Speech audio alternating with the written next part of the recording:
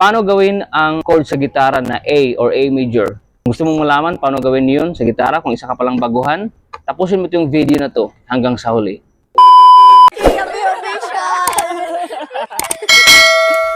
Okay.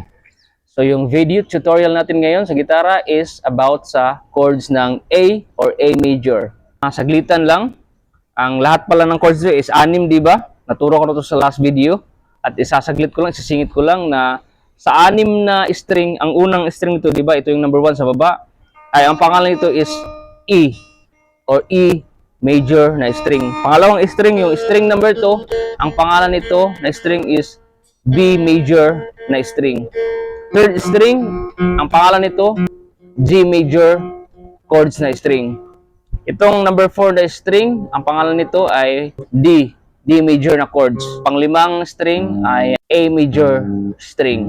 Ang last string, number 6 is, kagaya ito sa number 1, pareha sila, E. So, para magkaroon tayo ng A major chord sa gitara, doon tayo sa fret number 2. Fret 1 at fret 2. Diba, naturo ko na to sa last video na ang fret 1, pag pumunta sa fret 2, tumaas ng half note.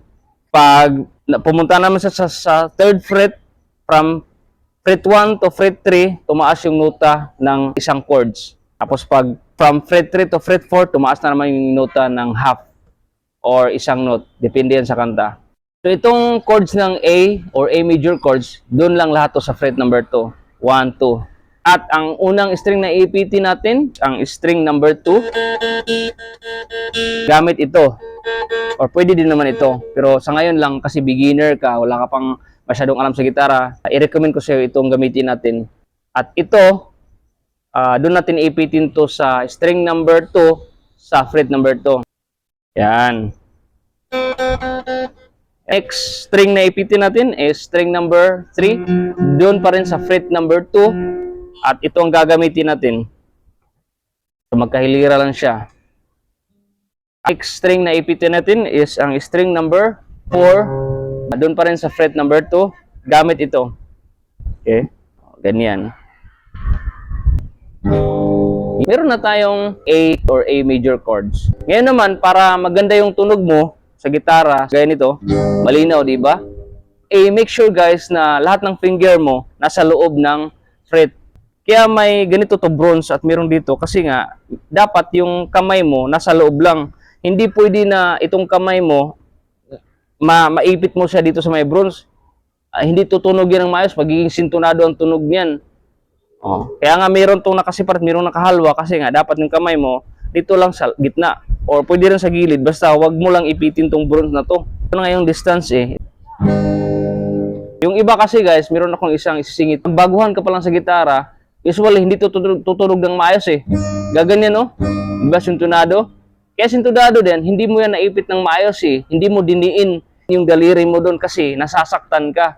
Kasi pag baguhan ka pa lang sa gitara talaga, pag beginners ka, masakit talaga magdiin sa kamay sa gitara kasi nga wala ka pang kalyo. Kaya so paano ka magkakalyo? Paano ka hindi masaktan sa pag-play sa isang chords? Araw-araw ka mag-gitara, hayaan mo lang kahit masakit, tigil ka saglit, tigil ka na ilang minuto, balik ka ulit. Huwag kang sumuko, tuloy ka pa rin. Ito yung nangyayari sa mga bagong gitarista guys. Pag baguhan sila, ay hindi tumunog, bakit ganyan? Kasi hindi mo na diin mo lang na maayos. Ganyan na yan. Hindi kasi nadiin yan eh. Tapos, pag na-feel mo medyo masakit, tigilan mo. Hipan-hipan mo. Ganyan ako natin, hinihipan ko eh. Strum mo ulit. Ganyan mo. Or ganyan, pwede kang magaganyan. Para may kunting alam ka rin sa sa strum. Kahit mali yung strum mo, kahit walang kwenta yung strum mo, at least, kinakapa mo yung nag-ano ka sa isip mo, gusto mo na strum. Pwede rin, ganyan ka, baba lahat, pwede rin taas ka lahat. Again guys, pag baguhan ka pa lang sa gitara, kahit nalagay mo na ng maayos tong finger mo sa fret at sa string, hindi yan tutunog ng maayos. Gaganyan, sintonado yan ka. So, nagtatanong nyo bakit? Kasi nga, hindi na diin ng maayos. Diin mo ng maayos yan, idiin mo lang kahit masakit. Yan. Tutunog na yan ng maayos. Hindi yan na diin eh. Okay? Hindi talaga yan tutunog ng maayos pag baguhan ka lang. For sure, 100% kasi nga, masakit din to idiin pag wala ka pang kalyo. At least alam mo na saan mo ilalagay yung finger mo sa isang string at sa isang fret. Next time, pag lagi ka nagigitara every day or every other day, tutunog din yun ng maayos kasi magkakaroon ka ng kalyo eh. Normal lang yun na hindi yung tutunog mais kung baguhan ka pa lang kasi wala ka pang kaliw at masakit yun idiin. Pero ang maganda doon is alam mo na saan mo ilagay yung finger mo sa string at sa isang fret. Oh. Yun lang. So, sana may natutunan ka sa video na to. Kung meron, paki-subscribe sa YouTube channel ko, paki-like at paki-comment sa baba at share my video. See you on the next video.